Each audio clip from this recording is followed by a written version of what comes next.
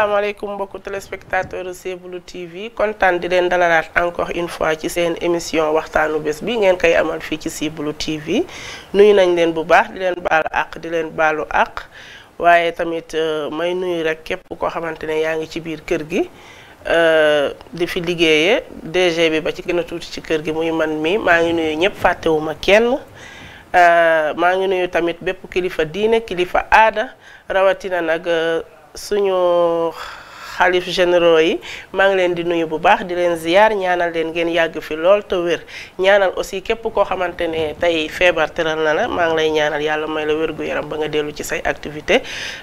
même chose pour ñi nga xamante ne sont les détenus ñi nga xam ne caabi feeti na leen ginnaaw ñu ngi leen di ñaanal bu baax ñu génn ak jàmm ak salaam mën a delluwaat ci seen activité delluwaat ci biir société bi waaye ñaanal koo xamante ne tamit xëy na sa loxo jotul sa ginnaaw ba saa yoo xëyee danga koo war a wëri yal na la yàlla may looy suturloo ak say njaboot tey nag ñu amaat gën a xuus rek ci thème divorce waaye du ma ci weet tax maa ngi ci ànd ak sama sister Mousouba Gueye ak à ma gauche sama consultant journaliste consultant Pape Mody ma leen balaa ñuy xuus rek ma bàyyi leen ñu nuyoo Mousouba nuyoo ak téléspectateur Simbulu TV. asalaamaaleykum Marème di nuyu tonton Pape Mody yéen ñi nga xamante ne ni yéen laa bokkal plateau bi naka noonu lay nuyoo téléspectateur yu Simbulu TV c'est un plaisir de vous retrouver ci waxtaanu bés bi. Merci Mousouba nuyoo bi neex na Pape Mody. maa ngi leen di nuyu yéen ñëpp. maa ngi lay fay commencé si Marème. maa ngi lay fay yow moom émission bi yow si Mousso. di nuyu tamit PDG ak Fares di nuyu l'équipe technique qui est derrière bon di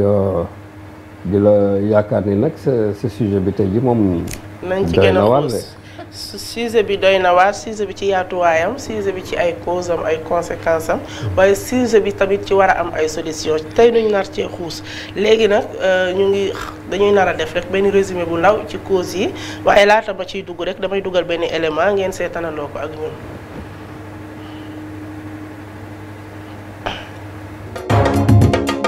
GS Production.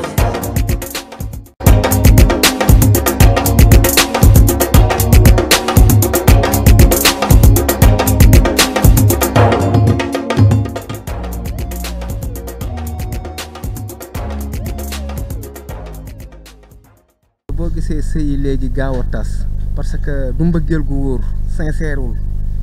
mais mbëggeel gu wóor caaxaan du ko tas mais dañuy ànd ab intérêt parce que nit ki bu fekkante ne da nga ànd ak moom doon am looy xool ci moom boo demee ba gisoo ko rek da ngay reculer loolu bokk na ci liy waral sëy yi gaaw a tas waaw. pour man li koy indi souvent ci parents yi dafay faral di am lu ciy joué parce que léegi da ngay gis nit koo xamante ni da ngay am 18 ans ñëw takk soxna. mais bi ngay takk soxna boo xoolee da ngay waxtaan ak say waajur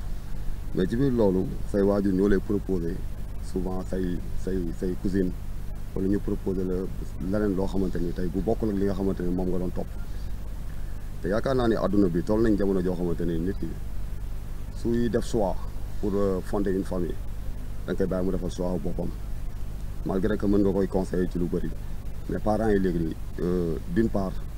duñ la nangoo bàyyi nga def sa choix. ñoom ñoo lay jéem a defal choix te choix bi ñu lay defal amaana ku jigéen ko mënoon a génn ak benn waaye def 3 ans 4 ans bay waaj a célébrer seen mariage wala ku góor ki nekkal ndaw si yàgg ak moom promettre ko mariage nga xëy un beau jour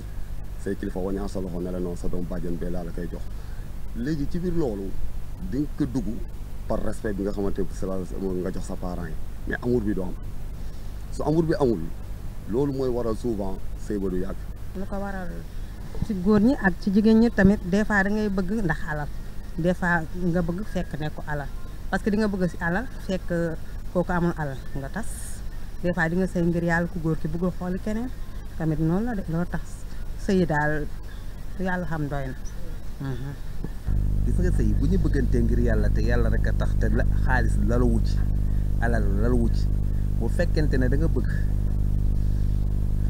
sa jëkkër ngir alal bu alal ba jeexee nga wàcc ko bu fekkente ne ngir taar nga ko bëggee woon bu taar ba jeexee nga bàyyi ko bu fekkente ne woon ne addina nga ko bëggee woon bu addina jeex nga wàcc ko sooy bëgg nit ki bëgg ko rek ngir yàlla te yàlla tax ngeen sëy ci farata yàlla ak sunu Muhammad sallallahu alayhi wa sallam. problème bi nag dafay laal góor ak jigéen jigéen gu ñàkk a mën a muñ yàkkamti àddunaam ayit góor gu mën a wor wax la loo xam ne boo ñëwee doo ko fekk xam ne doo itam boo xam boo mu xolub muñ pour nga toog xaar ko fa day xaw a jafe.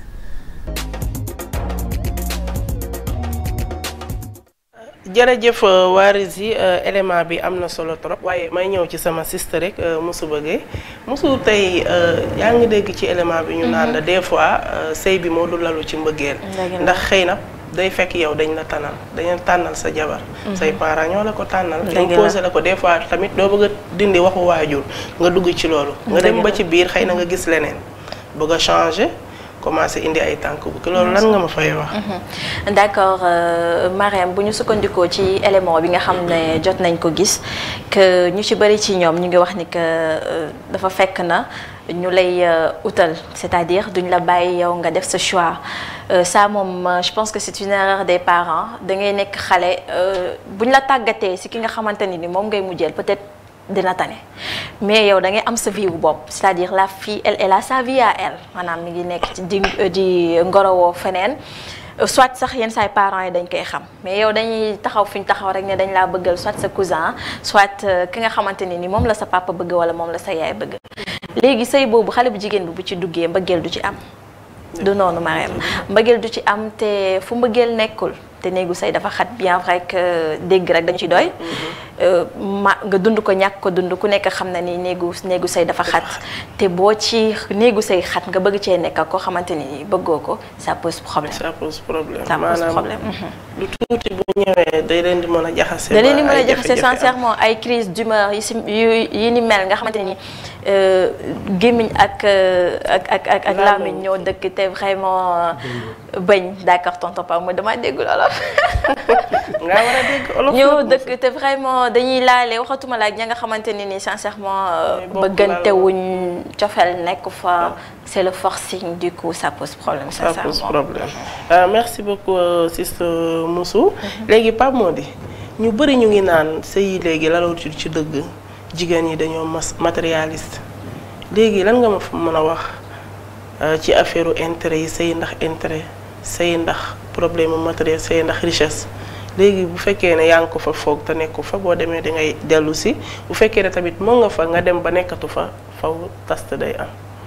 d'abord sujet bi dafa transversal. sujet soo ko bëggee aborder. da ngay seet réalité réew mu nekk. parce que li ñuy wax fii Sénégal am na goxi gox yoo xam ne bokkuñu ci réalité. am na yoo xam ne ba léegi cosaan lañuy doxal. loolu lañ xamuñu leneen. donc c'est yu mbokk dafa fort. am na nag ay gox yoo xam ne tey jii dafa changé. ndax développement ville yi nu muy demee nga ñëw dëkk fa même soo ñëwee ak say tradition da nga fay fekk yeneen tradition yoo xam ni bokkul donc saafante tradition yooyu day dugg yenn say ñiy jàpp fii ñiy jàpp fale fekk xale yi ñoom xamaguñu lool parce que vivre nu le milieu d'origine bu nga xam ni tradition yi fa la nekkoon donc loolu dafay approche ba sociologique la demander c'est-à-dire gëstu xool bu baax loo tax loi suñu ko dee taxawal comme charia loi la si di jullit yi day universel duñu ko jël si benn cas particulier donc soo ko xoolee si cas particulier rek da ngay indi ay problème beneen bi mooy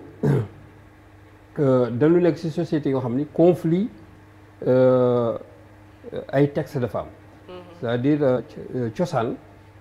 soo ko tafee si charia te charia diine la wala nga tekk si code de la famille te code de la famille beneen texte la day indi problème loolu tax te xol comme ni ñu koy waxee dafa du oom ba nu koy bës soo dee dugg si mariage da ngay xam noo si duggee alors donc de ce point de vue là damay seet ni éléments yi ma dégg dafa superficiel parce que defuñu approche historique bi contextualiser wuñu le mariage ba nga xam ne soo bëggee dugg dem ci divorce temul divorce bi ciy topp te kenn suyete wu ko nii yàlla moom ci boppam bëggu ko bien que dëggal na la démb dégg naa ngeen koy wax ngeen koy fàttali mais loi ci boppam suyetewul le divorce de telle sorte que éléments yi nga xam ne loo koy composé muy ku góor ki ak jigéen ki il faut ngeen tenir compte ba la ñuy dugg ci mariage dañ lay woo su fekkee ni charia la dañ ngay toog normalement ku góor ki ak ku jigéen dafa war a toog fa la koy sampee mariage warul nekk yóbbante soo demee ni diw na góorgóorlu ci sëy bi na def lii dañu war a toog ñu xutba leen très bien wax leen lan lañuy nekk ci sëy bi dëgg la yow yaa ngi ci dugg responsabilité la pour biir société bi merci beaucoup ndax ñi ci juddu ëllëgee ci biir yéen a amee responsabilité donc na ngeen seet suñu waxee loolu immédiatement fekkoon na benn enquête bu nga xam ni famille yi def nañu ko kii dem seeti famille bi kii seeti famille bi su fekkee ni suñu jamono ji la da ngeen war a def sax test de sang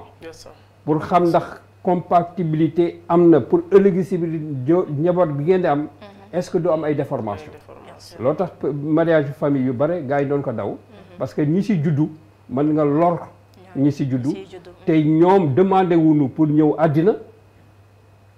bon responsabilité boobu nga am pour sóoraale ni ëllëgi ci biir njaboot gi ma ci am war nañ nekk ñu wér ñoo xam ne daanoo mën a liggéey pour ci société bi du ñu ñëw ak benn laago ndax yàlla bëggul kenn ñëw ak laago yàlla ba muy bind doomu aadama daf ko bind mu mat sëkk donc déformation yi am ci gènes yi lay nekk donc et c'est prouvé sur le plan scientifique donc war nañu saafonte les familles dama bañ a xuus tellement parce que def naa ni contexte bi ngeen dugg ci am na solo ndax yow da nga ñëw ci fondement yi xam nga loo gis moom base ba bu dëgërut du am mucc te li nga wax dafa am solo maanaam bu ñuy takk sëy bi ñaari parti yëpp dañu war a teew ñu xutba leen am na solo waaye Moussouba bu ma ñëwee ak yow rek ci manque de communication dans les couples nga xamante ne lu ci bëri réseaux sociaux yi ñooy nekk à l'origine lan nga ma fay wax foofu sister d'accord manque de communication nag ak si relation bu mu munti doon Marème relation bu mu munti doon c'est-à-dire fu nga xamante ne ni communication amu fa dara du fa mën am ndax yow sa état d'âme mënuma xam tant que tu n'en parles pas li ngay bañ ci man mënuma ko xam tant que tu n'en parles pas donc je peux pas être quelqu'un boo xam ne je suis là à savoir tout ce que tu es en train de ressentir tout en te regardant seulement donc entre guillemets nit ki nga xamante ne ni normal à moins que nga nekk koo xamante ne ni surnaturel quand tu ne parles pas de ce qui trame en toi yow kenn mënu ko xam donc da ngay gis kër goo xamante ne ni da ngay toog ci biir bu dugg see rek jëkkër ak jabar quasiment kii mi ngi ci téléphone am soit jëkkër ji mi ngi ci ay dossier am au bureau même à la maison sax c'est le travail donc waxtaan rek du fa am wax cohésion habitation bi wax sax dossier yi bureau yi de ñoom ci téléphone yi rek la ñuy nekk waaw du mi ngi noonu donc dafay poser problème déjà damay toog faral di waxtaan sama benn copine mu danaan moom su amee jëkkër une fois à la maison ils vont faire un pacte inchallah ils vont faire un pacte comme quoi que bu ñu xasee egsi à la maison dañuy jël suñu téléphone yi mettre ko en stand. C'est important. Juste pour pouvoir vivre, ne serait-ce que vivre. Vivre, ce n'est pas par exemple humer de l'air et respirer tout le temps, mais vivre, c'est-à-dire vivre plutôt cette vie de couple. C'est ça, c'est mutuel. Ouais, c'est mutuel. Il faudra que ñuy waxtaan ñuy génne suñuy état d'âme di wax ku nekk ci yow li la naka rek la ñu koy poser dans les familles il faut que tamit mu am genre pour ne pas dire réunion ñuy toog di waxtaan suñu biir ku nekk mu génnee li ko metti de ce fait di ngeen waxtaan ba ku nekk mën a améliorer wu. am na solo de waaye léegi de li ñu constaté mooy ku góor ki la mu war a waxtaan ak jabaram daanaka ci téléphone bi la koy waxtaanee ak ñeneen. wala naan moom rek mooy dogal. waaw genre il faudra un consentement waaw il faudra un consentement ci lépp lu ngeen mën consultante bi Pape Mody léegi Pape Mody bu ma ñëwee comme moom fu mu daaneele nii rek des fois ku góor ki day wone autorité am de trop ba day jàpp sax ne moom ci biir kër gi lu ko neex rek moo fay am ku jigéen ki mu bafoué ay droit am loolu tamit day dem ba indi ku jigéen ki bés bu fippoo rek divorce mën naa am. bon loolu tamit dëgg la phénomène bu ñu constaté la mais il faut que ñu seetaat fondement mariage parce que sànq maa ngi wax ni contexte bi dafa am importance par exemple tey jii on a des couples dominos yoo xam ni kii France kii tubaab la kii nit la pourtant daf si am ay réussite ndax dañuy waxtaan ku si nekk dafay bàyyi dara si boppam jox ko keneen à plus forte raison fekkee ni yéen a bokk xeet yéen a bokk lépp mais mën ngeen bokk xeet te bokku leen tradition ba nga xam ni lu ñaaw si yow fekk ni man si man rafet na par exemple nga sëy ku nga xam ni ñoom saaga du dara si ñoom seen kër su la yow nga jóge si famille bu nga xam ni su la saaga ngay bëgg a rey sa bopp donc loolu rek mën na indi benn conflit si seen diggante loolu tax ba ku nekk di bokkatu di éviter waxante kenn gi parce que kii li mu lay wax ak li mu lay tontoo da nga yaakaar ni daf lay kii fekk moom du dara si moom la juddu moom la nàmp moom la xam moom la doon gis ay baayam ak ndeyam di ko def moom la gis ay mbokkam di ko def loolu lay évoluer c'est son milieu yow mi nga xam ne nag xamuloo loolu dafa lay heurter mu indi benn source de conflit donc beneen mbir mi mooy temps wu doxaan bi am na solo surtout te foofu ngeen war a xamante su fekkee da ngeen di làq seen jikko te wolof nee na moom karaw yenn yi moom soo loo ko laax moom mu saxaat donc jikko noonu la mel donc da ngay war a xam sa nit ki ngay dugal ba ngeen waxtaan ngeen tooñante ngeen dugg si ay milieux yoo xam sax conflit dafay am nga sol bu nga xamee ni du ko neex nga seet nu mu si réagir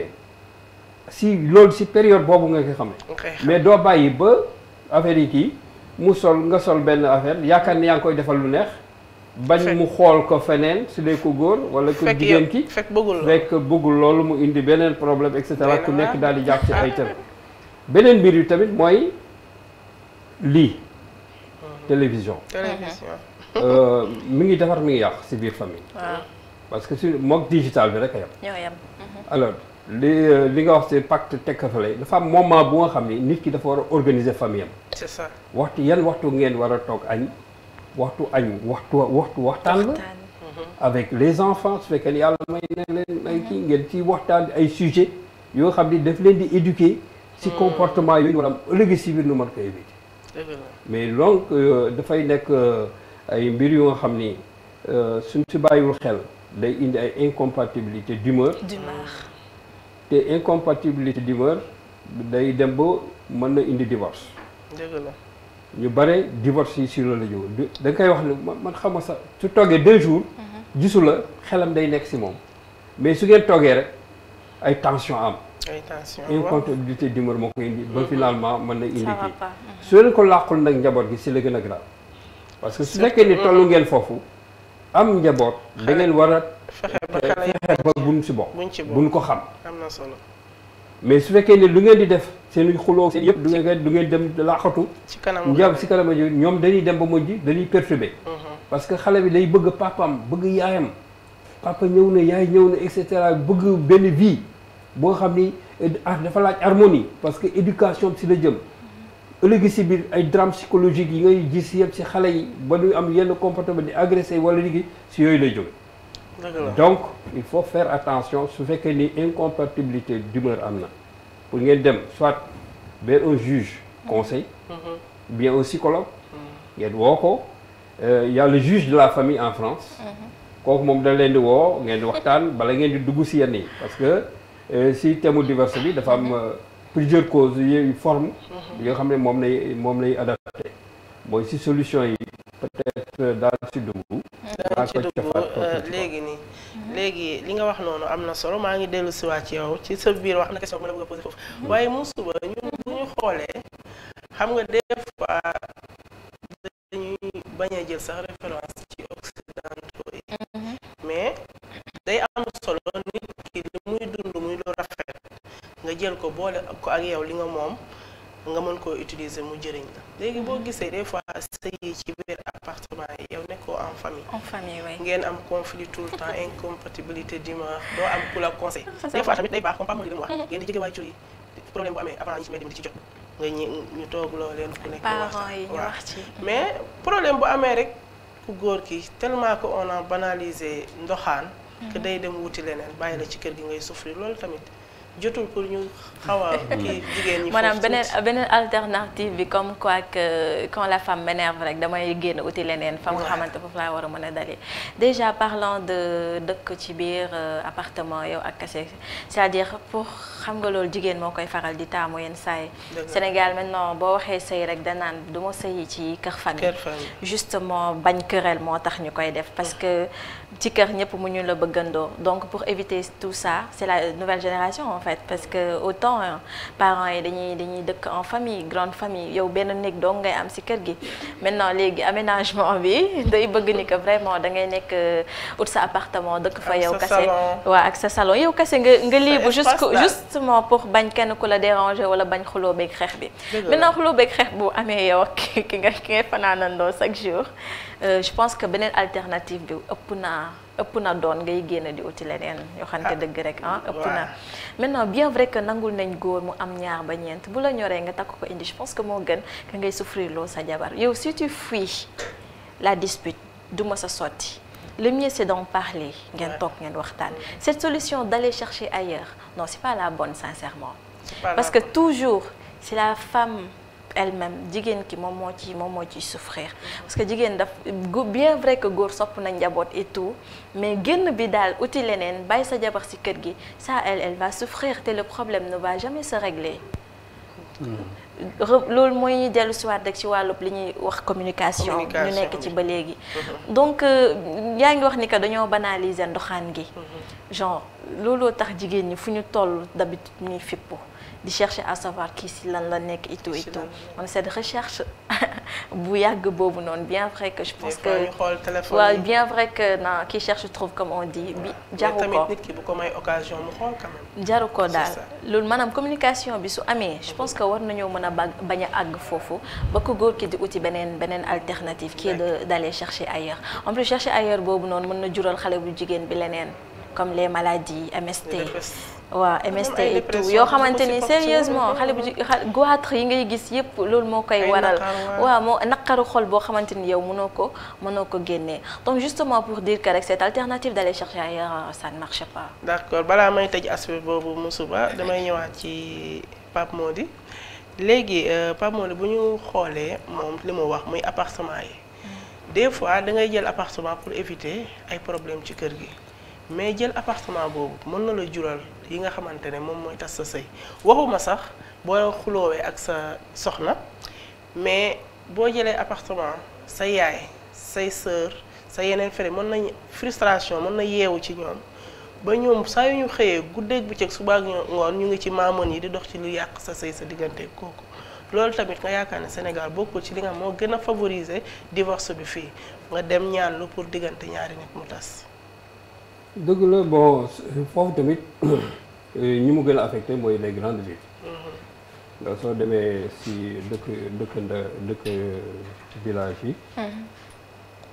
man fi ma cosaanee ci muy Tilène booru Rosso ak yeneen. yeneen gox yi soo demee biir Casamance. amuñu problème boobu. problème yu amuñu ko. parce que y a de l'espace. divorce bi di ci gën a bëri tamit c'est dans les grandes villes. concession yu yaatu lay nekk. nit ñi ils ont l'habitude de manger ensemble. di tàkkinante doomu bàjjen et cetera. parfois dañ koy banaliser sax. lu naroon nekk histoire de sama doomu bàjjen bi dof la wala kii la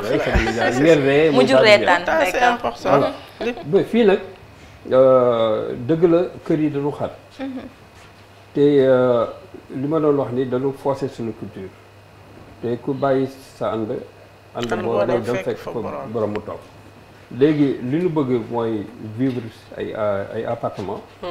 parfois xat-xatu kër yi nag moo koy indi da ngay nekk ci benn kër benn nekk léegi nga dem ba yàgg yàlla baaxee la nga bëgg a dem te ñun waajur yi démb maa ngi dégg ci plateau bi acca di ko wax waajur duñu bëgg seen doom yi dem da ngay bëgg mu toog ci yow. c'est ça. nga koy xool parce que yow su fekkee ne investir nga ci moom. yar nga ko jox nga ko lépp. mu dem ba am xaalis war la topp da nga yaakaar ni moom yow la war a toppatoo. waaw c'est ça aussi. moom muy xalaat ni dafa war a construire l'avenir am. alors foofu ça dépend am na waajur yi nga xam ne dañuy comprendre dañoo man fi ma jaar toppatoo samay sama waajur ba. sama àddina nu yedd ma conseiller ma mu barkeel ba ma am si njaboot dama soon sama sago sama doom yi fan la jaar mais c'est pas obligatoire aussi. c'est vrai. fi nga jaar c'est pas obligatoire sa doom jaar conseil rek nga si mën a def. léegi su fekkee ni yàlla dem na mu am moyen pour am appartement bu ko bàyyi ak appartement bi. waaw da ngeen fay dem di waxtaan te goro yi tamit dañu war di waxtaan kenn warul di yoxosu rek di dem. dafa am un dimanche. ngeen yoxosu bi bari na. xale yi jigéen yi tamit dañoo bëgg ak sama goro bari na lu mu fii ñëw trop daa dañ ko genre yooyu yoxosu bi bari na man yoxosu bi laa jëkk dindi. parce que ñu bari dañu naa dem seet sama doomu góor mu jox ma lii wala sama goro mu def goro bu jigéen mu defal ma lii bu mu ko yëg non dañ leen war a dimbali. waxtaan ak ñoom leen fii ngeen nekk situation bu difficile la. appartement du solution. da ngeen war a xalaat ëllëg si ngeen am seen këru bopp. parce que su loo gën a yàgg si location charge yi gën a métti. nga am oto mu am beneen charge. xale yi juddu nga am yeneen charge su yàggee doo surtout doo am kër. da ngay dugg si appartement ba dee. te gis nañu nga xam ni dañu dund si appartement ba retraité ba dee amuñu pratiquement kër. à moins que benn doom réussir daal di leen jëndal kër et cetera donc chaîne bu compliqué la li nga wax nag maam ni man dama yaakaar ni doom waruloo ko fat dafa am lu nga xam ne nag moo ko moom dafa war a sëy sëyam am njabootam ni nga amee yow say baay waajur indi la si àddina ñoom tamit dañu war a constituer c'est une chaîne. alors yow li nga mën mooy conseil ko bu mu dugg si yenn njaaxum yi si yenn saa yi dimanche goro yëpp daje ngeen ñëw si benn kër gi ngeen waxtaan ak ñoom ngeen tooñante daal di kii fàttali sax sa histoire yow man sama jabar ma si naa am benn problème ak ñoom sama mbokk diw wala sama xarit diw moo ko réglé c'est une manière de les éduquer de les orienter mais soo tëjee sa bopp si sa njaboot dana dem foo xam ni dana am problème du ñu ñëw mën a wax ak yow alors te loolu nag su fekkee njaboot gi mën nu waxtaan ak yow mais lan nañu mujj waxtaan ak ay télévision ay kenn xam ay portable ak yooyu donc man maa mën yi nag dëgg la am na ñu bari yàq nañu société kër yi wante loolu dañ leen ko permettre dëgg la il faut que nu fexe ba stabiliser famille yi suñu koy stabiliser kenn du si soxla dem ci ay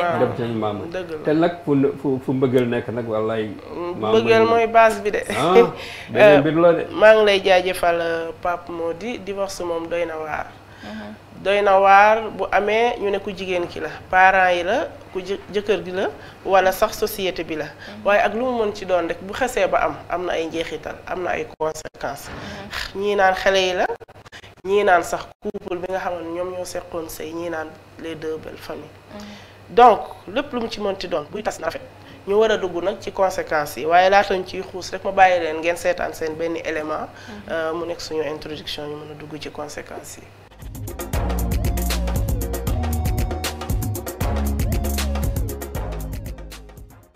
waaw divorce moom bu demee ba nga xamante ne dugg na ci léegi day nekk loo xamante nag léegi day nekk beneen cas bu grave parce que xam nga lu tax xale yi bu ñu nekkee xale tout tànke duñ xam dara mais il suffit que ñu dem ba commencé jëm mag ci biir loolu foofu la nga xamante ni mooy indi problème parce que day am benn tiraillement entre famille ku jigéen ak famille ku góor parce que boo xoolee si wàllu éducation il faut am si ñaari famille ku ji soit parent ku jigéen ki wala côté ku góor ki koo xamante ni famille boo xamante ñoo gën a mën a éduquer que beneen famille bi mais si biir loolu bu ñu amee certificat de mariage tribunal bu ñu mineuree daf koy jox yaay suñ majeuree ku góor ki doo ko mën a téye mais ci biir loolu lépp amul importance li am importance mooy yor bu baax parce que xale yooyu suñ màggee tey ëllëg ñu dem ba benn instant ñu koy nëbbu waajuram bu góor ndax ku jigéen kee ko téye ba dem ba xëy benn jour xale bi nekkoon jigéen war a marié nga jël ko nar a mayee doomam boobu te moom amu ci benn yëg-yëg bu mu ci am loolu toog tàggu ko woo ko téléphone de ko sa doom ginnaaw suba am na ku ko bëgg dañ ko war a maye day indiwaat leneen te loolu du nekk loo xamante luy gën ci xale bi mën na ko perturber ba école bi muy jàng. na sax mooy bi nga sëyee sax xam nga yàggoo fa amoo fa ay doom daal di tas sax boobu moo tane mais boo fa xasee ba jur ay doom parce que doom nawle la ku nekk sañoon ku nekk boo nekkee ak sa yaay da ngay nekk ak sa yaay ak sa papa mais sa papa nekk gauche sa yaay nekk droite gënul benn njaboot. moom lu mu mun a jur ci njaboot bëri na bu ëllëgee bu fekkente ne yàlla may na leen bant avant ngeen di divorce xale yooyu bu fekkente ne divorce ngeen bu ñu demee ba màgg amaana ñii mun nañu dem ba ci kanam féetee ci seen waajur bu jigéen ñii mun nañ dem ba ci kanam féetee ci seen waajur bu góor waaye li ci ëpp dañuy dem féetee ci seen waajuru jigéen yi waaye ko góor gi dootoo sax mën a jotati te lu ko jar jarul.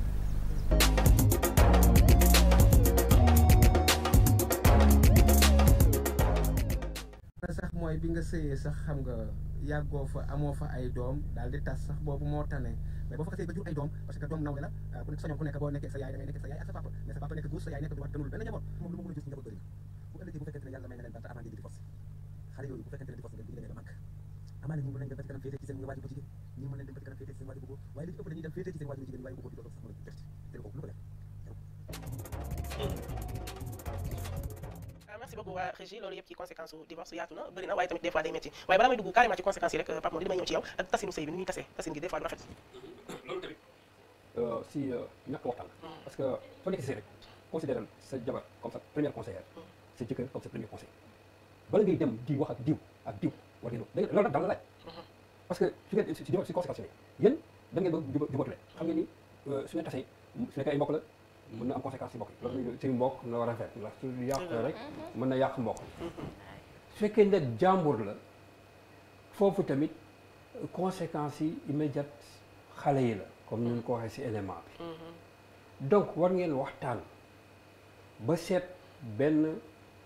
ku leen tane su lee sëriñ bi leen maye woon su lee borom jàkka ja wala jumaa ja si imam ba fa nekk demal si moom su lee bàjjenu gox demal si moom su fekkee ni c'est le chef de quartier c'est le club le groupe des notables ngeen dem waxtaan man sa kër sama kër gi day bëgg te yenn samay waajur soo gisul waajur parce que yenn saa yi yenn waajur yi da ngay ñëw seen nu sat dañuy sot la seen doom daal lii baaxul loolu lan lay def man bon lii man mayu ma ko woon di et cetera ñëw wax ku góor ki lu mu ko waroon wax wala wax ku jigéen ki lu mu ko waroon wax léegi mu indi beneen tension boo xam ne dépassé na cadre boobu donc un foyer de tension se crée wala lii ngay éviter que loolu tax mag ñi dana foo mënti nekk wut fa ndey wut fa baay mais ndey bu baax ak baay bu baax lu lay conseil léegi nag conséquences yi nga wax c'est dramatique loo tax yàlla si bopp mu jippi mu bëggul si dara su fekkee ni France la il y a le divorce par consentement mutuel da ngeen di dem waxtaan ak foofu fekk xam nga ñoom noonu ak ñoom bokkatuñu société fii am na consentement mutuel mais balaa boobu procédure il faut nga waxtaan ak ñi nga war a waxtaan ak mais fait pratiquement les gens vivent c'est la famille nucléaire donc yaa ak sa jabar la ak say doom da ngeen di dem devant le juge des familles mu fekk am na benn procédure bu ngeen entamé ku nekk day jël avocat wala ngeen jël benn avocat boobu def benn protocole ba nga xam ni yéen juboo ngeen ci nii xale yi nii nga koy téye lii nga ko war a verser et cetera kan moo war a toog si kër gi en général en France ku jigéen kii mooy moo fay toog fii nag da ngay dégg loolu la génnal sama kër dañ lay génne guddi ay xaaju guddi lañ lay génne say bagage di sànni yi kenn xamul ay comportement yu doy waar donc yooyu yëpp de procédure la un protocole bu nga xam dañ koy teg ngeen signé ko protocole boobu si leen yónni devant le juge des familles mu convoqué leen waxtaan ak yéen daan leen protocole bi yéen a ko signé ni ok da ngeen bëgg consentement mutuel moo gën a gaaw nag en France le consentement mutuel moo gën a gaaw ci procédure yëpp et c'est pas onéreux dangay ñëw ñu d'accord ngeen 2-3 jours après nu woo leen après enquête de 3 mois 2 mois nu woo leen après def le divorce à l'amiable te du metti par consentement ensuite ñun xale yi kii moo koy dénk voilà le nombre de visites yi nga xam ne père de famille war na ko def ngay ñëw di seet si say doom parce que loolu tam xale yi da koy soxla garde des enfants ne confier que à la femme ba mu nekk majeur suñu majeur sax ñoom la ñuy toll seen kër nooy def seen kii dana fekk noonu xam naa dama lay bàyyi ak kàddu gi sax ba ci kanam ndaxte boo ñëwee ci xale yi xam nga divorce sax dañ ko xale bi dañ ko cee war a préparer. ah oui booy xool tubaab yi da leen di wax ne du quelque chose c'est pas la fin du monde. peut-être seen papa dootu fi nekk mais boo leen ko bëggee gis di ngeen ko gis. dina leen di seet xam nga loolu psychologiquement. am na lu muy def ci xale bi te c'est important. mais fii déjà këral yi xuloo bi xeex bi ñëpp dañ koy fekke après dañ leen di marqué ñii mu judd. su yu fekkee ni waa ji dem na takk jabar. entre temps mbokk yi dañ ne ni ko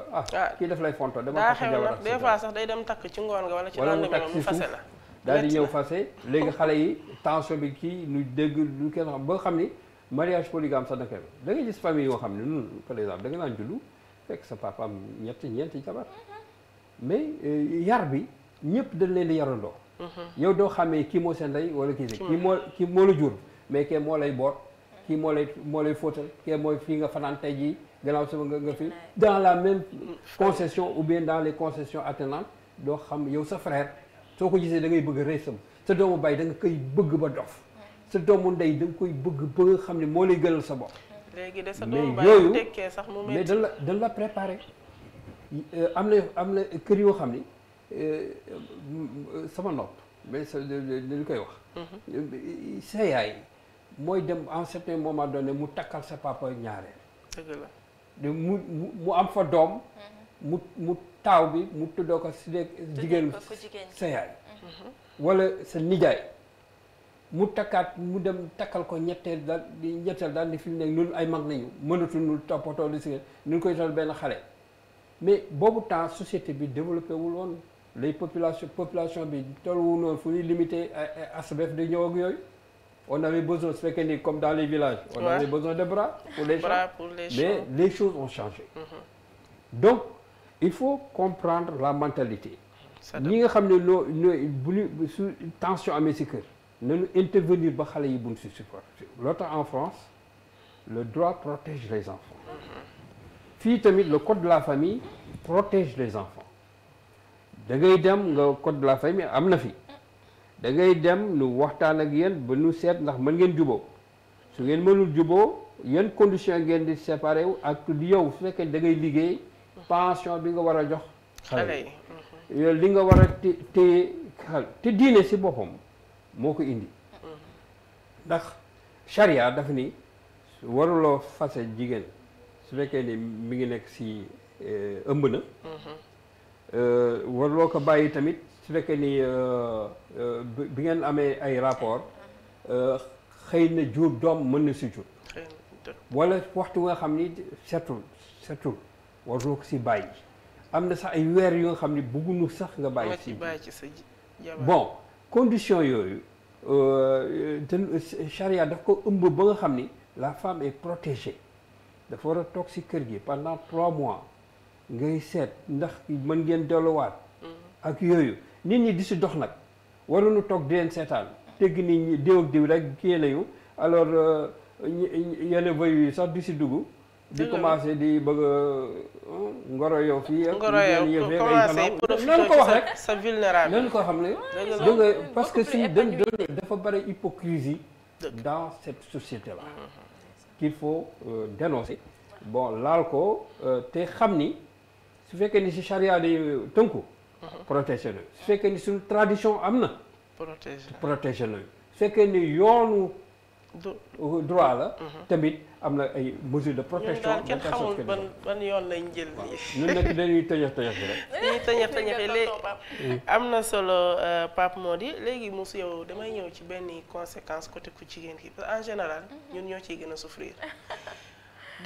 déjà société bi ni mu gisee femme divorcée xam nga divorce moom bu amee ñaar la mais ku góor ki dara topp ko ci mën na amaat soxna heure bu ko neexee mais yow ku jigéen ki il suffit que nga divorcé rek am na société bi bët bi mu lay xoolee am na société bi bët bi mu lay xoolee Marème te jigéen bu divorcé si mim réew Sénégal en fait laa bëgg a wax si dafa doon lu xamante ni dafa doy waar daal foo toll dañ lay joxoñ Marème foo toll dañ lay joxoñ te boo ci paree bul sax sañ a génn góor neew sa wet di doxantoog yow wala muy dugg si di génn di la seet sañoo ko ndax lu nekk dinañ la ko wax waxatuma la ak jigéen bu divorcé dem uti néegam wala appartement am dëkk fa ce n'est pas tout góor yee lañ njëkk a yàpp yaakaar ni bon marché nga daal. genre dañuy ñëw di dugg nu. waaw foofu mais boo divorcé en général tu es obligé nga wuti foo dëkk parce que déjà fii. kër gi day xat ba pare yaa ngi fekk say belle-sœur des fois duñ la supporter. non ce n'est pas tout kër ga si jëm boppam yenn saa yi sa yaay ji la jur yow mi divorcé du la supporter. xas bu nekk da nga koy dégg yàlla boo doon divorcé te amoo xëy. jigéen ñi nga xamante ni ba ñuy nekk seen kër jëkkër sax liggéey duñ ko def c'est-à-dire elles sont des femmes au foyer genre tu retournes à la maison amoo fa njëriñ du dul xëy lekk ñu bëgg la kaa jox naan ñu bëgg la kaa jox yow waxatuma laa nga yor sa njaboot. elle devient une charge. charge bu doy waar lay doon ba pare dafay mel ni société bi beneen chance bu mu la dul may mooy am jëkkër tey jii di nga ci am yaay yoo xamante ni seen doom bu góor bu mësta am jabar xalaatuñ ko booleeg koo xamante ni dafa divorcé. wala yaayam ja kay yaayam nekkoon ci bu mu sëy jóge fa doom ji ñëw jóge fa dana leen ne yaay ku góor ki dina ko ne kii du sëykat dama goo la cette phrase dama goo fenn bay takk ka nga xamante ni sëy na ba pare. mère sax lañ lay tuddee. waaw mère lañ lay tuddee en fait tu n'as pas cette chance d'évoluer tant pour am genre beneen mariage deuxième chance parce que cette chance il faut que ñu jox ko jigéen ñi te loo si seet ñoom ñoo si gën a souffrir te booy xool jigéen sikk na am na ci jigéen ñu nga xamante ni nii sëy ba bu tasee ñoom ñoo ko waral bien vrai waaye am na ci jigéen ñi nga xamante ni nii sëy yi su tasee c'est parce qu'elles ont souffert là-bas. xam nga moo tax ñu lu sës ba sës ñu daal divorcer parce que c'est le dernier choix à opter à adopter et tout mais société sénégalaise bi. déjà il faut que yenn culture yi sax amuñu ko tout à l'heure tonton Pape Mody mi ngi wax waxi France ak les juges de la famille et tout mais si Sénégal boo naree divorce tribunal c'est comme la croix et la bannière genre da ngay yëgg ko wàcc ba sonn pour ñu prononcer divorce déjà ku war a yor xale yi ku war a yor yi loolu rek problème la li ci war yëpp duñ ko respect da ngay dem ba ci gis divorcé yi nga xamante ni ñu toog jàpp seen ñàmb dootuñ demati ci loolu ñetti fase naa la yi dong la ñuy jàpp li ci doy waar mooy yow boo marié mairie pour nga divorcer il faut que tribunal intervenir bien vrai mais fii boo ko fi defee ñu ne jëkkër ji la yóbbu tribunal c'est ça en fait mel ni benn procès bi nga xamante ne nii dañuy condamné kii libéré ka ca des xam nga ça c'est un problème en fait ñu dellu siwaat juste balaa ngaa jël parole bi ci jigéen ñi nga xamante ne instant bi dañuy souffrir gis nga anneaux yi ci réseaux sociaux yi c'est que les femmes divorcées qui parlent juste bëgg a trouver leneen te duñ ko am te ñu ci bëri ñooy ñi nga xamante ne nii dañoo nekk ak seen amour d'enfance ñu dem takkal leen keneen ñu faf divorcé seen amour d'enfance nekk ci leneen cette femme là bu ci jëlee doom elle va galérer dans sa vie attendant l'heure élue di ñëw xam nga l'heure élue nag ñun xamuñu kañ lay ñëw waaye bu ma duggee fi nga kii woon sànq rek Pape Mody des fois nag nu ñuy gisee jigéen bu divorcé góor moo ko koy teg parce que jigéen seetlu nañu bi Sénégal fii laa yem pour le moment xaw ma lu xew yeneen réew yi mais Sénégal fi boo divorcé y a des prédateurs qui rôdent autour nga xam ne yàkkamti nañu ku divorcé rek bu ñuy def des va et des vient ñooñu ñooy pousser société bi ñu gis ñu am ci yow bët boo xamante ne civilisé wul léegi yow loolu loo ciy wax yaakaar nañ ne ku divorcé daal passe partout. non moi je ne pense pas comme ça. D'abord je pense que société bi dañu war a gën a respecter jigéen. surtout parce que ñun ñëpp ci jigéen lañu jógee. ki góor ki ngay wax jigéen la ko jóg. donc soo jógee ci loolu nga war a teral jigéen suturaal ko. quelle que soit la situation nga sedd ak moom nga sëy ak moom ba nga divorcé continuer di ko jox ceeb boobu mais tamit regard bi nga xam ne société bi war na am ci jigéen mooy defar société bi suñu ko respecté noonu considéré que jigéen ñi tamit xam cër bi ko yàlla jox mu fees place am ba nga xam ni quelle que soit la situation mu ànd ak dignité am ànd ak fierté am te loolu nag ñun am nañu des stabilisateurs dans la société. mooy sëriñ si waxuma nag ba ñi nga xam ne lu lay neex def tamit parce que là tamit ñoom seen bopp tamit dañu war a orienter société bi bon nga dem si chef de quartier. chef de quartier bi tamit war na am benn comportement xam jigéen bi dafa divorcé mais conditions yi la divorcé. am na bu njëkk sax ay jigéen yi xam ne dañuy ñëw seeti imam bi ni ko man de dama doon sëy ba divorcé dama bëgg ku baax ku am yërmande si man ma sëyal ko ngir yàlla fekkee ni mën na boppam te de plus en plus da ngeen di wax ne am na jigéen ñoo xam ni mënuñu seen bopp par exemple ñu divorcé leen seen waa kër di leen xool ak ñeneen mais de plus en plus jigéen ñu mënal seen bopp ñooy divorcé dañuy dem ba mujj duñu comprendre lan la. dëgg la donc il y a une crise familiale système bi moo jaxasoo ba nga xam ne jigéen ñu am seen bopp am seen kër am seen oto am seen. seen indépendance. am seen indépendance ba pare nekk mënu soit mënuñu sëy kenn nit ñi dañ leen di ragal ñenn ñi dañoo kii de borom barke la man ñemewu ma ko dem kii te moom fekk di sëy rek la bëgg. dëgg la ñenn ñi dañuy ragal dem si ñooñu bon ñeneen ñi tax xam ne ay opportunistes yi tamit daal di comme ni ko la def prédateurs yi daal di ne jongomay bii day waxtaanee nañu ko fenn kii de amul jëkkër te am na kii mën naa fa lekk ginaar. c'est ça ñu daal di comploter daal di yóbbu fenn benn waay ni ko yow da xamal ndaw si moom sëriñ rek la bëgg te kii itam suñu xarit bu baax la dafiy ñëw ñu ñëw fa di lekk ginaar su ginaar lay manqué ñu toxu fa. ñu toxu feneen abandonné la.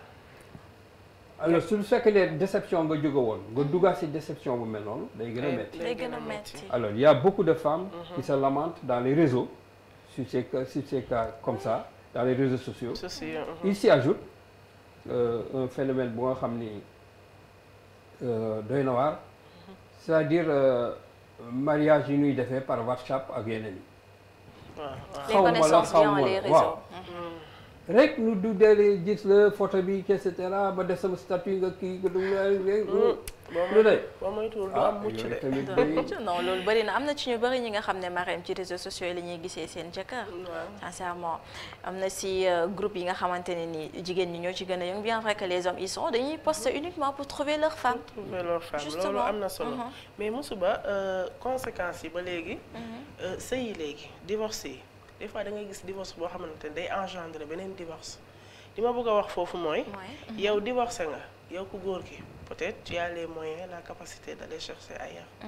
mais da ngay bëgg kut koo kut venger wu nga wut jabaru faj mer mais boo demee ba sa xel dellu siwaat ci ki nga njëkk a takk. wala nga dem ba sa conscience won la carrément ne kii nga takk noboo ko. beneen divorce mooy juddu foofu. moo ciy juddu moom mooy waral divorce répétitif yi c'est-à-dire tu passes de femme en femme. voilà justement parce que dafa am de. ndax ne bien vrai que comme li ma lay wax rek duggaguma ci sëy mais dégg dama ciy doy ndaxte. ren nag dinaa la may c'est récurrent. tonton Pape yaa nangu loolu. waaw parce que voilà parce que c'est récurrent à l'ère internet qui ne connaît rien est vraiment stupide parce que da ngay gis effectivement parce que da ngay gis des situations yi nga xamante ni gars yi ñu ngi koy relater et c'est vrai nit ñi ñu ngi koy dund da ngay gis ko xamante ni am na yi nga ci xam ne vécu lay doon te takk sax amagu fa c'est-à-dire da ngay am benn rupture nga bëgg a giifal sa xol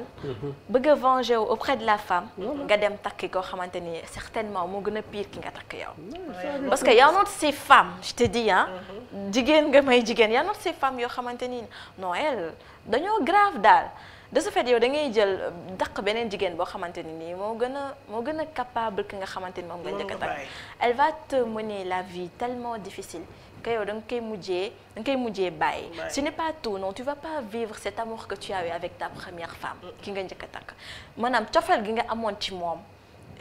doo ko am ci keneen ki nga xamante ni mooy ñëw ne mbëggeel amoon na fa fekkante ne ki nga njëkk a takk ba fase ko moom nga bëgg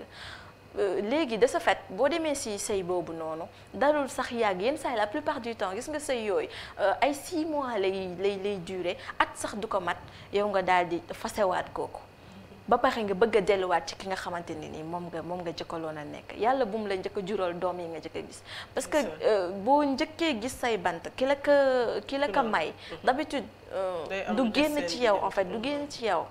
parce que waaw du génn effectivement mooy li nga xamante ni nii il faut que tamit góor ñi ñu bàyyi ci xel cette assertion de faj mer moom sincèrement parce que dafa doy waar góor ñi dañ koy def et c'est répétitif da ngay gis góor bi nga xamante ni nii dina xam ñeenti jigéen en un rien de temps te yëpp ay takk fase lay doon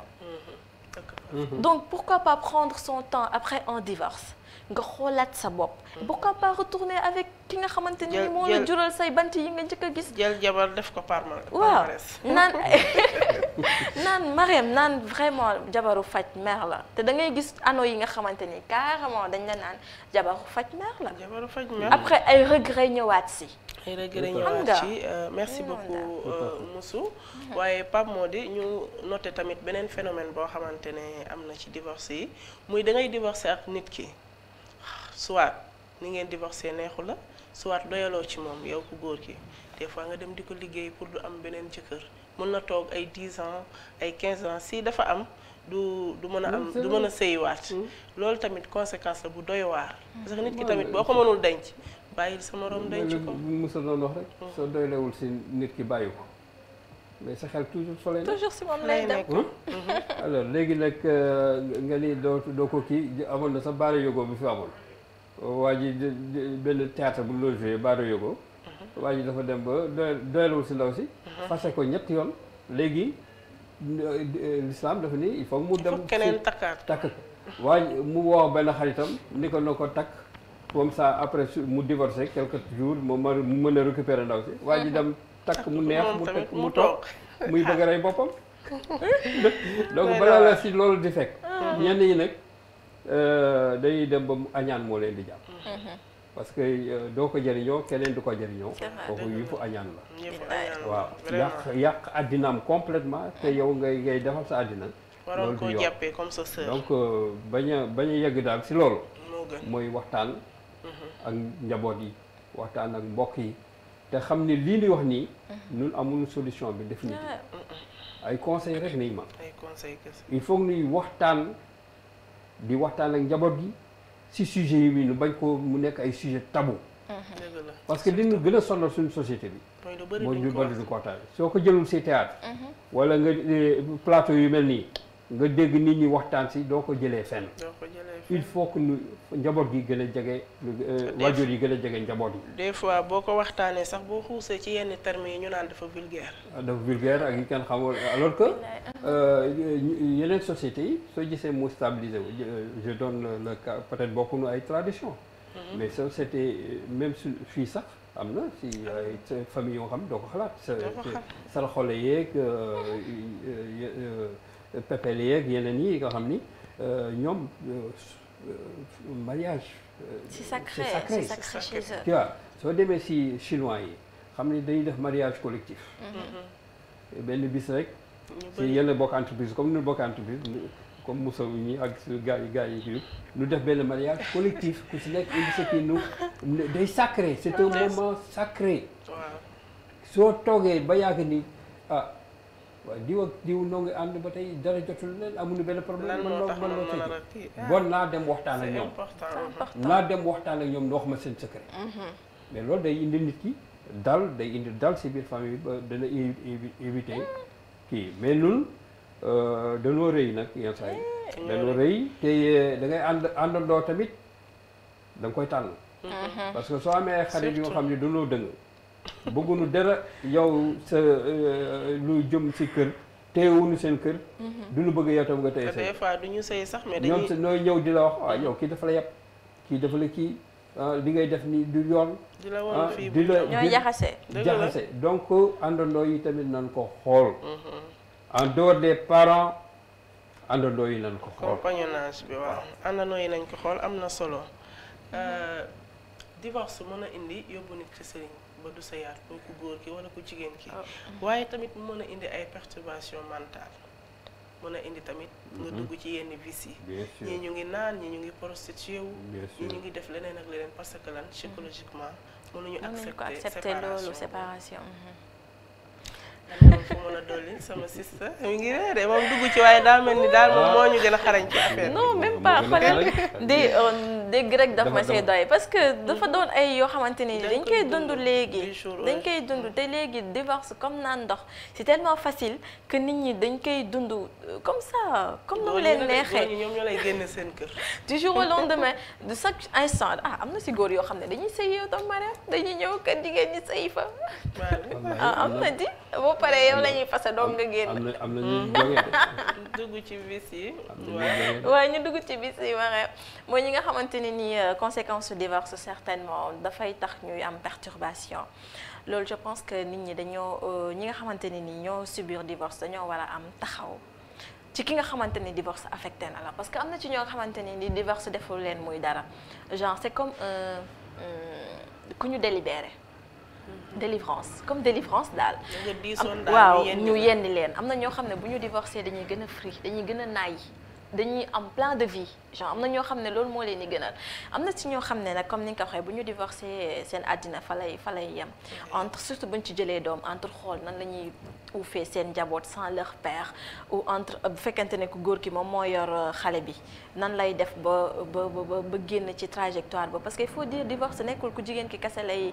affecté am na ci góor yoo xam ne ils vont jamais s'en remettre surtout bu fekkente ne ñoom ñooy yor seen doom yi xam nga le fait de vivre avec son papa et sa maman ça n'a rien à voir avec d'avoir des parents qui vivent séparément donc dañuy soxla taxaw genre soit seen parents yi ñu fat leen sérieusement ñu fat leen xam leen ni que nit ki sëy ak tas ñoo yem ñoo ànd parce que ànd gu nekk fin dina am mais ci anam gi war ñooñu dañ leen a war a indi delloo si leen ni leen demee peut-être mën na gis góor gu baax nga ko bëgg takk ko mais pas pour autant sérieusement dem ci vice si mel ni di naan wala lii taxaw même société bi taxawu leen yow sa environnement immédiat c'est-à-dire ta mère ton papa ñu waxtaan ak yow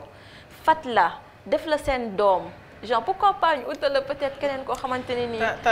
dëgguma la sax day gën a affecté ku góor ki bu fekkee ne. ku jigéen ki moom initié divorce bi maanaam ci moom la jóge daal dem waaw. des fois da koy jaral sax malgré que divorcé na ñu koy topp di ko yër di ko xool ci restaurant yi loolu psychologiquement da koy jàpp ba nga xam affecté mën na ko indil ay tux ay naan dafa doyalul ci jabaram fekk na aussi moom mënul dund sans jabaram ndax am na góor ñoo xamante ne dañu proche ci seen jabar ba nga xamante ne moom mooy seen complément sans ñoom mënuñu dem te mënuñu te loolu da leen di bett am ci aussi ñoo xamante dañoo fiir na buñ la bàyyee ñu ngi xalaat tout le temps mais problème bi mooy li ngeen wax yëpp bu dafa dellu si waat si diggante góor ak jigéen góor toujours su takkee jabar day nekk yaayam parce que yenn yaay yi dañuy fiir waaw si seen doomu góor amee jabar parce que affection bi nga amoon sa yaay pratiquement moom ngay transféré ci sa jabar tu vois da nga koy xoolee comme sa yaay xool ko comme sœur xool ko comme complice parce que yaay nga ñetti kii yooyu ñaar yi mi ngi si yaay mooy sa complice mooy sa affection amour c'est-à-dire l'idéal de l'amour sa yaay nga koy jokkal donc moom tamit moom mu doon xool bët yooyu bis boo demee ba am jabar donc loolu nga koy transfert loolu tax en général dañuy wax ni jigéen ñi nooy gën a traumatisé wu si divorce mais góor ñi itam dañ si traumatisé bu baax am na suñu jógee li nga wax suñuy jógee di mandi di def lépp lu nga xam ne mosuloo ko xalaat ci ñoom parce que déception bi ñu am moo leen di jàpp donc ñooñu on peut dire que di divorce jóg si ñoom parce que incompatibilité d'humeur bi ñu loon wax yow nga jël projeté tout sur une femme idéaliser ko nga dem fóot pour mu fóotal la sax problème nga dem ba mujj di fóot sa biir nekk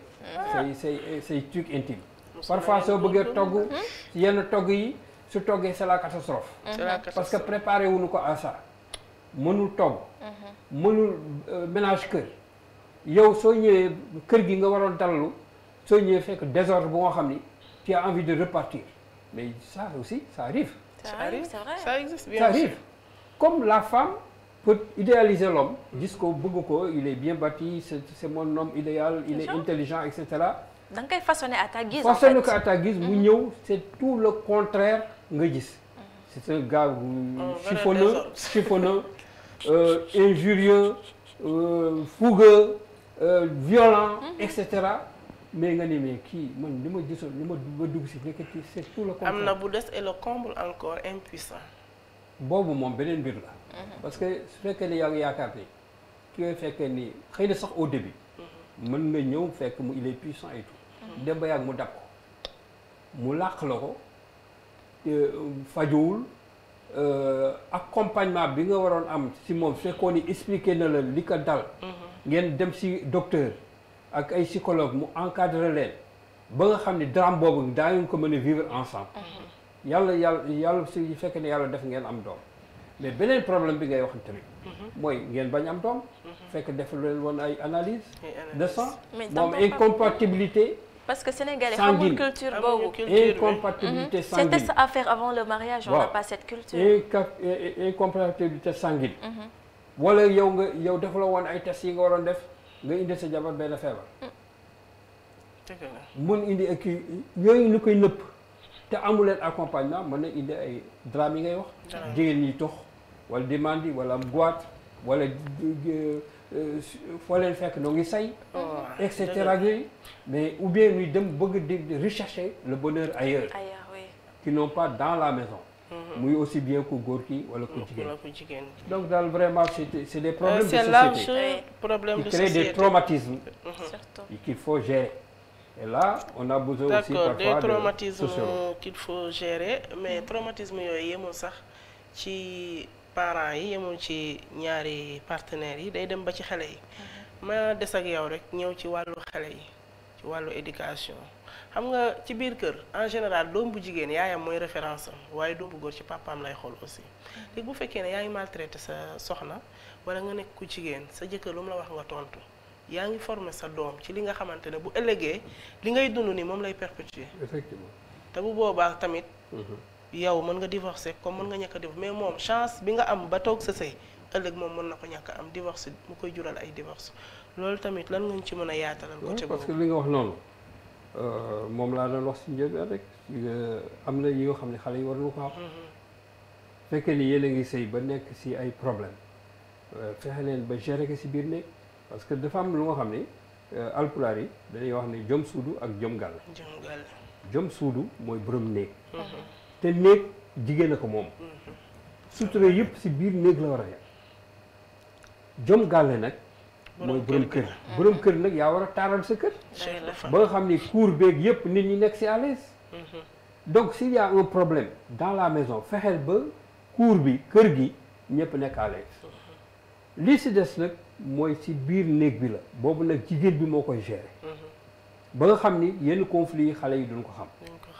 il s'ajoute que su fekkee ni yéen seen conflits yéen a ngi koy externaliser. yéen a ngi koy wane mu fës mais vous créez des traumatisés en puissance. ñooñu day seen éducation du jaar normal. day mel na benn garab bu nga xam ni da nga ko war a yutal tuteur pour mu taxaw. nga yutaloo ko tuteur mu dëng. day di jël développement bu nekk lay jël. alors que soo ko accompagner woon defal ko tuteur. mooy ci éducation bu normal di waxtaan ak moom su problème amee ngeen fexe ba xale yi duñ ko xam parce que les enfants doivent être protégés et mettre à l'écart des conflits. mën ngeen sax di reyante xale ni tël. ngeen di tekk commencé ree mais daal mais yow vraiment bàyyi yow waxtaan wa daan ko yeggale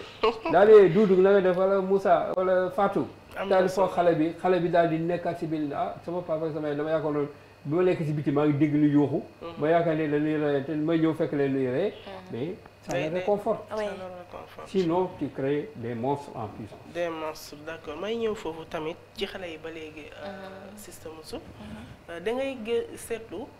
des fois xale yi nga xamante ne toll nañ ci âge u jàng xale bi amul niveau bu baax école mais xëy na yaayam la muy dund ca kër ga wala papaam bu fekkee ne ki nga xamante ne moom la ñuy néewal doole ci biir kër gi kooku la gën a jege moo gën a jege xolam am na moo yi ñu koy wax da koy affecté ba ci école ba bu demee au lieu que mu concentré wu day nekk di xalaat li muy vivre ci kër gi niveau am di redressé wu di wàcc di wàcc loolu tamit conséquence bu doy waar loolu tam conséquence bu doy waar la si xale yi te da leen di affecté carrément parce que il faut le dire am na si xale yi nga xamante ne nii ay xale leen mais seen xel day màcc ci yu bëri yenn saa di nga gis yenn film yi nga xamante ne nii tu vois ku jigéen ki ak ku góor ki ñuy xuloo et devant l'enfant xale bi day jóg taxaw wax leen bu faites ça devant moi lii man da ngeen koy def sama kanam daal wala bu ñëwee ci seen diggante ku nekk di xëccoo xale bi day ñëw taxaw seen diggante ne leen frappez-moi d'abord xam nga xoolal loolu mais dafa am benn environnement bi nga xamante ne ni sénégalais bi da koy dund te du ci sax bàyyi xel da koy banaliser à telle enseigne que su fekkente ne xale bi école bi muy jàngee ki koy jàngal il est vigilant rek dina xam ne que elle est traumatisée soit l'enfant ak xale bu mënum day xam ne kii il est traumatisé ndaxte xale am na nu muy nekkee ci classe soo ko surveiller rek xam ne que xelam nekkul ci fi mu ne maanaam nekkul ci environnement bi mu nekk mi ngi ci leneen donc sénégalais bi ak parce que moom laay parce que suñu société dafay évoluer ni nga xamante ne nii doo sax comprendre comme si ñun xamuñu dara xam nga parce que am na ci nooy dundee ak xale bi nii dafay doy waar am na ci yoo xamante ne war a koo def ci kanamam ça va dans sa croissance psychique et nu muy évoluer daal xam nga de ce fait tellement day affecté xale bi ba waaw rancunier xolam te day jëm kaw da nga ci gis xale bi nga xamante ne nii il se fixe très tôt des objectifs ni que man sama papa lii wala ne sama yaay man bëgguma ko daal genre da ngay gis xale yoo xam ne dañ koy def parce que nii la mel nii lay def sama papa wala nii la mel nii lay def sama yaay da ngay dem ba màgg doo bëgg dara ci sa papa wala doo bëgg dara ci sa yaay doo ko bëgg defal dara justement parce que anam gi muy comporté woo ak kenn ki ci sa waajur la moo tax. li nga wax nii dafa am solo. je prends un peu. allez-y. parce que traumatisme dana indi xale mu dem ba takkal jabar papaam. par exemple su gisee ni yaayam day mal pëne papaam. mu affection bi mu bëggoon. papaam dund ko. mais day ñaan ci xelam waaye. son papa war nañu keneen. il devait avorter. tu vois et fekkee ni complicité am na digganteem ak papam daf koy wax. c'est vrai. su fekkee ni yaayam la dañ ne mais papa bi sama papa daal vraiment ni muy comporté waaye et cetera dugg na fi génn. foofu nag de la même manière sax dina dem ba papa ji bu takkee beneen jabar day bañ jabar jooju ba bañaale ay doom baayam. voilà donc dañuy transposer problème yi donc pour éviter tout cela. Je reviens à l'essentiel c'est l'entente waxtaan ñuy waxtaan ci biir kër yi parce que tant que doom su taxawee rek moomatu leen seen bopp li ngeen doon mën a conflit yi ngeen leen gérer seen diggante léegi moom daf siy bokk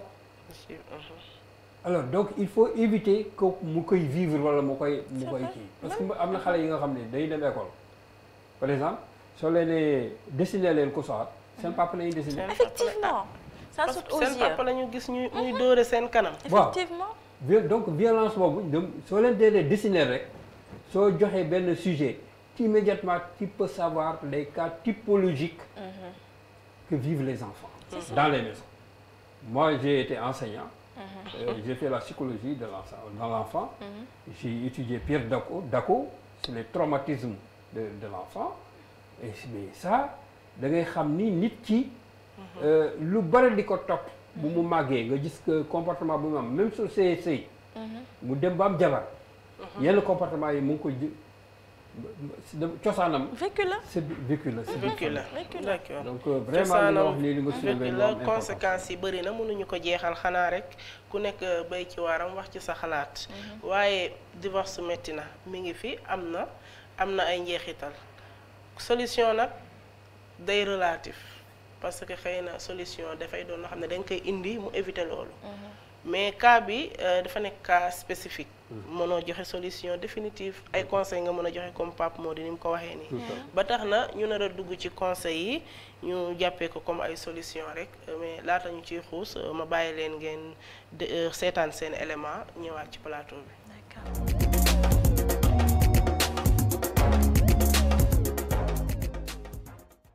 lenn rek moo ko fi mën a jëlee dëggu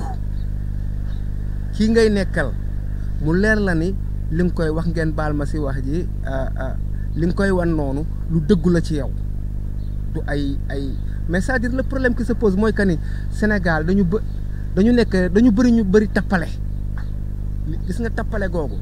dafa am ci góor ñi ñoo xamante ne dañuy signaler gauche jàdd droite waaye noonu la amee ci jigéen ñi tamit ñoo xam ne dañuy signaler gauche jàdd droite lenn rek moo mën a résoudre problème bi dëggu su fekkante ni dëggu nañu ma bëgg la mbëggeel gu wóor te yàlla rek tax Seexu Tijaan xam na ni duñu mës a tas. dindi fi tas bu bëri pour man solution mooy kenn ku nekk ñu bàyyi la nga def sa choix bopp ndax yaakaar naa ni góor ak jigéen bis bu ñu toogee ñoom ñaar ba bëggante ne bëgg naa jël la soxla nga pare ne man bëgg naa pour sëyal la bis bu ñu toogee parents yi ñaar ñoo ni man pour man bu ñu déggalantee ndax benn yërmande dina ci am comme li sama waa ji li ma wax léegi Thierno yërmande dina ci am jàppalante dina ci am te fu yërmande lalu ak jàppalante yaakaar naa ni incha allah loolu yàlla dina si def ndox set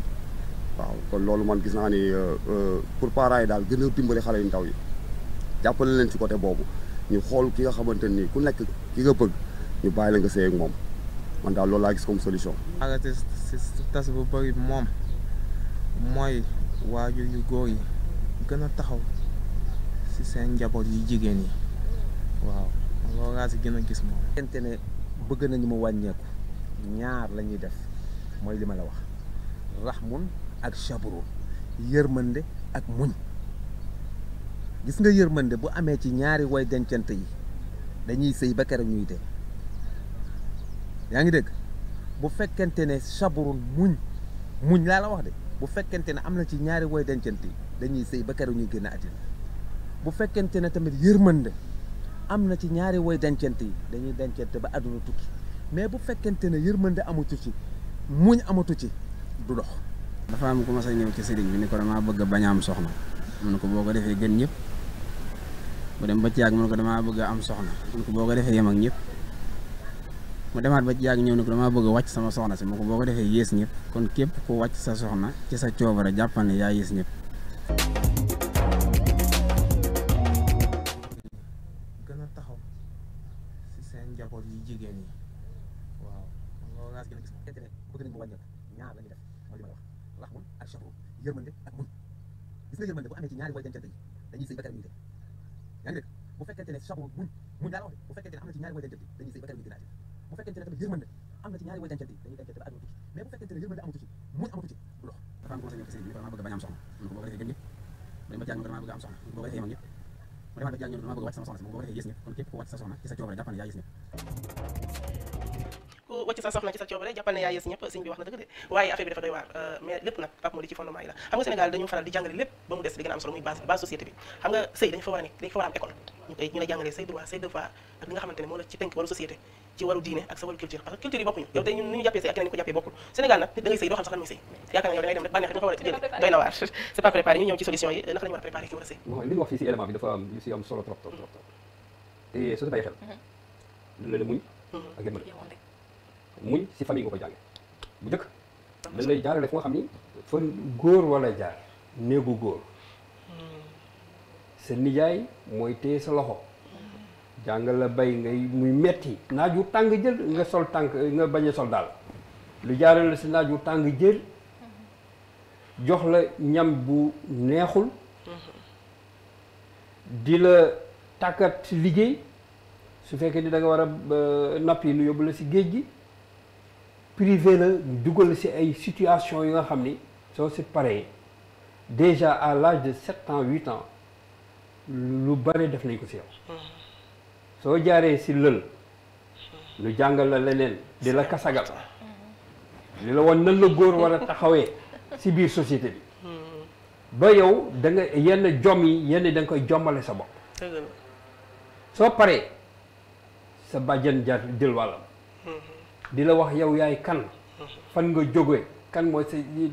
sa xeet mooy ñen ba nga xam ne yow nit ki day xam fu mu jóge ak lu waajuram yi daan bañ ak lan la maamam yeeg mbokkam yi di bañ ak fu muy duggul tànkam fu muy teg tànkam da koy xam am na solo beneen bi sa sëriñu daara di la jàngal lislaam di la waar di la wax Xadija nan la nekkee woon Muhammad sallallahu alayhi wa sallam nan la nekkee woon ak ay soxnaam nan la saaba yi dañ nekk seen soxna suñ daan dem guerre ba nga xam ne yenn saaba yi wàcc nañu liggéey nu xool ci yeneen saaba yi ni leen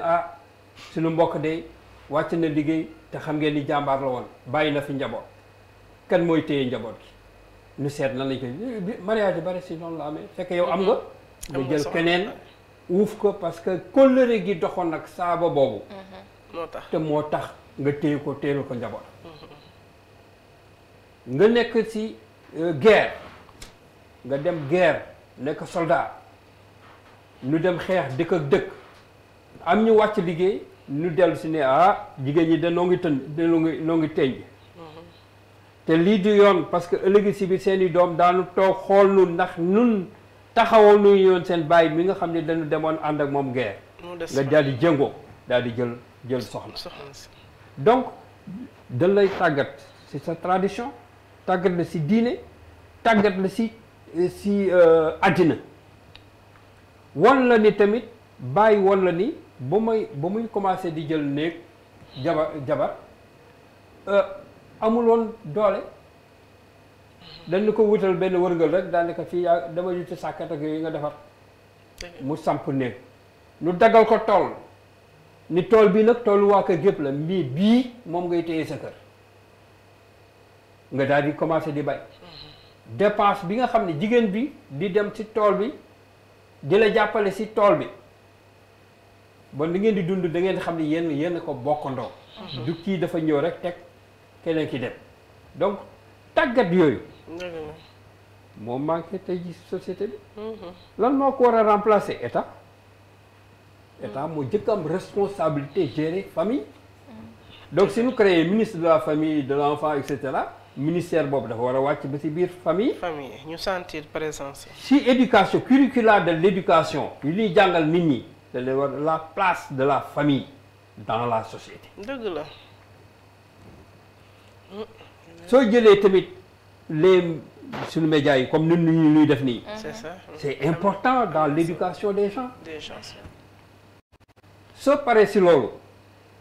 ancien régime bi créé woon na bàjjanu gox mais mi ngi continuer nan leen gën a encadré jox leen kii nuy dugg si kër yi di xam li sa xew am na fi mais lu tànn leen tamit tàggat leen place su métier yi nga xam ne fi la xale yi war a dem soo gisee ay xale jànguñu demuñu école liggéeyuñu mais war na am structure bu nga xam ne si biir quartier yi mooy seet xale yi nga xam ne ils sont en déperdition ñu dem remonter ba xam ndagam si biir famille ba dafa am problème nu régler problème ba su amulee xale bi nu encadré ko parce que c'est la responsabilité de la société dénk bu njëkk dañuy ñëw dénk la benn mécanicien wala dénk la benn tôlier wala benn électricien ni ko jàngal ko métier parce que xam nañ ni xale bi mënu xel mi mooy ko mu jàng xel mi dafa am fu mu yem ñun suñ ko jaaree de si métier xëy na xelam dana ubbeeku am na nga xam ne c'est le mouvement inverse dañuy jàng ba pare jaar daara jaar école daal di dugg si métier am na nga xam ne si métier nañ feeñee ba pare doogaa nag seen xel da ko ubbeeku si daara si njàng loo tax daara yu jëkk yee yoo xam ne ñoom maam Sëñ Touba ñoom maam Malick façon nit bu nekk lañu planifié mais façon bu nekk lañu daan changé te loolu moo contribué woon à la stabilité de la société je pense qu'il faut revenir aux fondamentaux. D'accord, il faut revenir au fondamental mais Moussou ma ñëwee ci suñu élément bi grand bi dafa wax lu am solo mu ne sëy dëgg da ko war a lal ak mbëggeel tout à fait surtout sëy dëgg da ko war a lal ak mbëggeel c'est vrai de parce que man soo seetloo sama njëlbéenu wax maa ngi la ne mënuma corowoo ci leneen di màggaaleeg moom nga bëgg couper court boobu ne ma naa sëy ak sama doomu bàjjen wala sama doomu ndijaay xam nga loolu day am problème maintenant balaa maa gën a yaatal foofu damay wax ni que l'école la meilleure c'est l'environnement immédiat et l'environnement immédiat c'est la maison maanaam kër gi nga xamante ne nii foofu la ñuy yeewoo ndaxte yow xale bi ci sëy nga judd donc ci nga màggee te yaa ngi gis ana nan la say papa ak sa yaay di dundee donc la responsabilité incombe aux parents ñoom ñooy tàggat xale yi ci sëy nan la war a demee nan la war a tëree yow papa ji bu ñu la permettre yow nga takk ki nga xamante ni moom nga bëgg et vice versa c'est-à-dire et la femme et le papa donc war nga ko permettre sa doom te xam ni li nga bañ li nga bañ yow ba am ndam ci ki nga bëgg sëyal nga sëy ak moom permettre que sa doom de ce fait dina mën a sëy ci li nga xamante ne nii mooy mbëggeel et puis war na mën a yàgg ci sëy boobu ndax ki muy yeew di gis chaque jour bëgg na ko may ma tuuti ma appuyer la foofu te dafa nekkul sax ne forcément yow ni nga dundee noonu la sa doom war a dundee parce que société bi moo changé day évoluer même bu fekkoon ne yow say parents ñoo la tànnaloon tollu nañ fi nga xamante ne loolu éthique bi nga jàngoon sa tradition mayatu ko nga def ko sa doom te su ma demee ba war a mën a bëgg loolu noonu ci sama doom naka ci tàggat côtoyer loo ko samay cousin faire de telle sorte que du ma corowoo ci leneen li nga xamante ne nii mu gis fa kenn bëgg ko en fait lépp si tàggat bi la c'est ça man sincèrement man je prône pour cet amour qui doit liberté de choix qui doit permettre à ses enfants vraiment de vivre le mariage pleinement, bonnement et au long terme en fait. En plus de ça, je prône pour la communication. Dès l'instant que tu t'es marié avec la personne que toi tu aimes, communiquer pour vraiment say mën a dëgër. C'est le minimum quand voilà, même. c'est ça. am na solo waaye Pape Mody da nga ñëw léegi ci fondement yi mais bu fekkee ne way dencante yi fondement yi rëcc na leen maanaam l'éducation de base est-ce que jotul tamit bu ñu leen jour bu ñu leen di maye imam yi nañu leen di toogloo ñoom ñaar parce que loolu dama gis ba chrétiens yi rek ñoom ñoo koy def laaj la nga tontu ci kanamu ñëpp mu rappeler la tamit tes devoirs et tes droits dans le ménage mais loolu ñun duñ ko def des fois sax yow doo xam ci yan anam lañ la mayee yaa nga ca salon ba yaa ngay solo yaa ngi nii ku góor ki rek mooy présent ak ay mbokkam xëy na say quelques mbokk jeex na mais loolu tamit bu fekkoon ne yow bëggoo woon c'est le moment parfait pour nga ne man sëy bi d'accord kii moom ko may jëkkër dana sëy kii mi ngi tànn kon bàyyi xelam bu yeboo gars yi ñëw ndax man ren dama koy may en tout cas daal bu ngeen may laaj leen ma ku ma bëgg sëy ba dana neex de boobaa man bon léegi daal li nga wax nii dafa am solo parce que du diine catholique rek moo dictal loolu charia dafa ni su ngeen dee maye su ne ku góor kee ku jigéen ki waxtaanee ba pare ba d'accord waajur yi dox li ñu war a dox ba nu d'accord ci can bi bisu mariage bi ku góor ki ak ku jigéen ki dañu war a toog ni ñu koy defee loolu tax defuñu ko ci biir jàkka yi dañ ko tàmm mais ci normalement ci kuuru jàkka bi nañ ko war a def suñu jullee ba pare lu génn ci kuur bi ku jigéen ki toog ay mbokkam toog ku góor gi toog ay mbokkam toog ñu conseillé leen lii la diine digtal ci sëy ku góor ki ni mu war a comporté woo jigéen ki ni mu war a comporté woo lan mooy walla lal ci digg bi mooy dëgg parce que loolu lu tax mu am importance lu bari de charia daf koy laajte ndaxte da lay laaj ndax jigéen ki amul keneen ku ci dugaloon alal publiquement nit ñi daal di xam loolu daal war nañ cee taxaw loolu c'est important sérieusement dañu war a laajte est-ce que amul ku ci dugal alal ñu wóor que ni ñëpp a toog parce que ña fa toog ñëpp ay témoins lañu ëllëg si bi ci seen kanam ak borom ñu ne kenn dugalul ci dara ñu ne est-ce que waxtu wi ñu koy mayee gis na mbaaxam walla gisul mbaaxam ñu ne mu ni déedéet ñu ne est-ce que wonul lor publiquement parce que am nañu day maye koo xam ne dafa ëmb ba pare boobu ci mariage amul yoon ñu yokk ci del est-ce que ku góor ki doomu l'islam la c'est-à-dire est-ce que mi ngi julli mi ngi woor mi ngi respecté kiyam lépp li ko ci l'islam sant mbokk mi taal di témoin su fekkee ne dëgg la ñu wax la su lu nekkul dëgg seen diggante ak seen borom parce que su fekkee ni ku jigéen ki dem na fekk ni seeg waa ji mu gis ni du julli di woor am na droit nu tas sëy bi motif la bu valable te yenn conflit yi si yow lay jógee ku jigéen ki moo jógal julli mu ni du julli woor jot mu daal di laqatu di lekk c'est vrai fekk jukko yi nga xam ne moom lañuy séntu woon ci l'islam pour mu mën ko transmettre soxnaam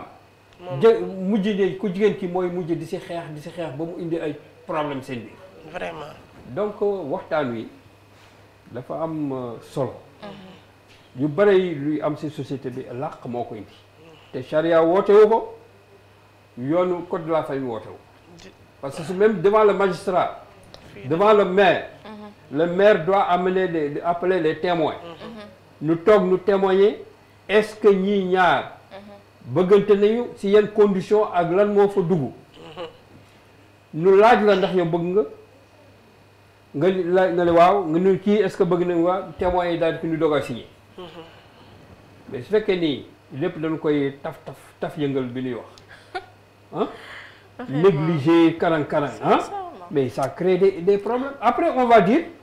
waa l'islam lu mu si wax après yoon code de la famille lu mu si wax après diine tradition lu mu si wax c'est qu'on a tout bafouillé lépp la ñu jaxase maanaam toppatuñu digle yi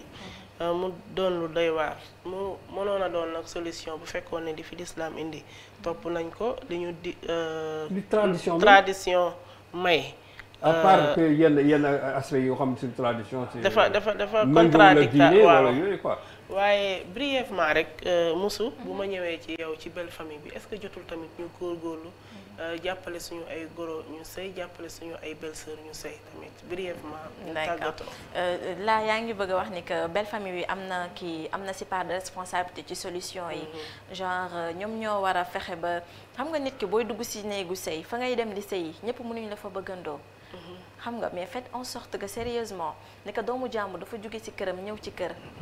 même bu fekkante ne yow bëggoo ko lu tuuti may ko jàmm sérieusement parce que nekkul yow. Les seuls, en fait, c'est ton choix de soit ton fils, soit ton frère. Le mieux, c'est vraiment de denc li nga xamante ni moom nga bañ ci moom et essayer de cohabiter avec elle.